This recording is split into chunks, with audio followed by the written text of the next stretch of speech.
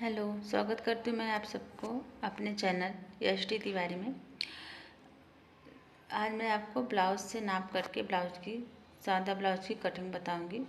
तो मैंने इस तरह से ब्लाउज़ को फैला लिया है, बंद करके बटन या हुक को आप बंद कर लें। और इसको हम इसका लेंथ नापेंगे। जो हमारा तैयार लेंथ 14 इंच है, इसकी टोटल 2 इंच हम इसमें सिलाई एक्स्ट्रा मार्जिन रख के इसकी कटिंग करेंगे। अभी आते हैं हम इसका नेक नापेंगे। तो हमारे नेक शोल्डर से रख के गले की गहराई नापेंगे। तो हमारा 11 इंच पे इसकी गले की गहराई है, जिसकी कटिंग हम करेंगे। अभी आप नाप करते हैं शोल्डर का। शोल्डर नाप करने के लिए हमारा शोल्डर 12 इंच है। शोल्डर हमारा 12 है। इसी तरह से आप ब्लाउज़ को सम करके रख लें। और अब आते हैं आगे की तरफ। आगे का नेक नापेंगे। आगे का नेक हमारा 6 इंच पे है। अब हम इसकी फिटिंग का नाप लेंगे। ये 8 इंच पे है। 8 इंच इसका नाप है, जिसका हमें 32, इसका चौथा भाग करेंगे तो हमारा 32 आएगा। तो अब आते हैं कमर का नाप लेंगे। कमर का नाप हमारा देखिए, इस तरह से आप ब्लाउज़ को फोल्ड करके रखें और फोल्डिंग में ही इसको नापेंगे। तो ये हमारा ब्लाउज का 14 इंच आया है, जिसका हमारे हाफ इंच 14 आया है, तो 28 हो गया। अभी हम स्लिप्स की नाप लेंगे। स्लिप आप अपने हिसाब से कम या ज़्यादा रख सकती हैं। तो यहाँ हमने स्लिप्स नाप ली। आर्मोल की नाप करेंगे। हमारा 7 इंच पे आर्मोल है, 6 इंच पे इसका आर्मोल है, और ये हमारी गोलाई 5.5 इंच पे है। इसी तरह से हम ब्लाउज का मेजर कर लेंगे। आप अपने ब्लाउज का मेजर करिएगा, ये हमारे ब्लाउज का मेजर था। तो अभी हम इसको कपड़े पे आ जाते हैं। ये हमारे अस्तर का फैब्रिक है। अस्तर को हम डबल फोल्ड करेंगे। आप अपने फिटिंग के अकॉर्डिंग ही अस्तर को फोल्ड करें। तो जैसे कि मैंने बताया था कि 32 इंच हमें से इसकी तैयार रखनी है, तो 8 इंच पे यहाँ हम मार्जिन लगाएंगे फिटिंग का, और 2 इंच इसका मार्जिन देंगे सिलाई के लिए। तो हम 2 इंच इसको प्लस कर दिए, इसमें 2 इंच एक्स्ट्रा जोड़ दिए कपड़े को फिटिंग के बाद, जो हमारा एक्स्ट्रा कपड़ा होता है। अब आ जाते हैं हम शोल्डर मार्क करने के लिए। शोल्डर हमारा 12 था, तो हम 12 का हाफ रखेंगे 6 इंच, क्योंकि हम कपड़े को डबल में फोल्ड किए हैं। तो आ गए हम 6 इंच पे। ये हमारा 6 इंच पे लग गया। अब हम इसकी शोल्डर का गहराई लेते हैं। गहराई हमने नापा 6 इंच था, तो मैं यहाँ पे 6 इंच का ले ली हूँ, और इसको हाफ इंच में रख के इसकी गोलाई कर दूँगी। यहाँ पे हाफ इंच ऊपर लेंगे और ले करके गोलाई कर देंगे 1 इंच करके। अब आते हैं नेक की तरफ। नेक मैं यहाँ 2.5 इंच रख रही हूँ। आप अपने हिसाब से कम ज़्यादा कर सकते हैं, पर 2.5 इंच बेटर होता है, ठीक होता है। अब गले की गहराई हम यहाँ रखेंगे। 6 इंच हमारा तैयार था, मैं यहाँ पे 7 इंच रखा। 1 इंच ऊपर लेकर के गोलाई दी। मैंने 7 इंच इसीलिए रखा कि 1 इंच ऊपर से मेरी गोलाई आएगी, नहीं तो ये गोलाई हमारी नहीं बैठती। तो ये हो गया। अब हम नाप इसका डॉट का निशान लगाएंगे। डॉट के लिए मैं सेंटर पे रखूँगी, शोल्डर के सेंटर पे, वहाँ से 9 इंच नीचे पे एक बिंदी का टिक दूँगी।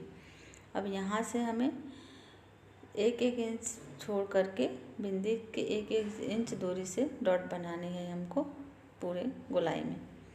अब यहाँ आ जाते हैं हम 1 इंच यहाँ भी नीचे छोड़ेंगे, 1-1 इंच छोड़ करके करेंगे। इस डॉट लगाने का अच्छी तरह से मैंने अपने कई वीडियो में समझाया है हमारे, और इसमें ना समझ में आए तो दूसरे वीडियो में जाके देख सकते हैं। बस इस बिंदी से 1-1 इंच की दूरी होनी चाहिए। ये जो नीचे का डॉट लगेगा फिटिंग के हाफ पे लगेगा। जैसे हमारा 8 इंच पे फिटिंग है, तो हमें ये 4 इंच पे इसकी डॉट लगानी है। इसी तरह से सारी फिटिंग हमारी लगेगी। अब आते हैं क्रॉस निकालेंगे। क्रॉसिंग निकालने के लिए बंद वाली साइड से अपने आगे की साइड से 3 इंच और पीछे सिलाई वाली साइड से 2.5 इंच पे करेंगे, और इन दोनों को मिला देंगे। अब इस तरह से ये निशान भी लग गया। अब हमें सेम ड्रॉप पे इसकी कटिंग करनी है।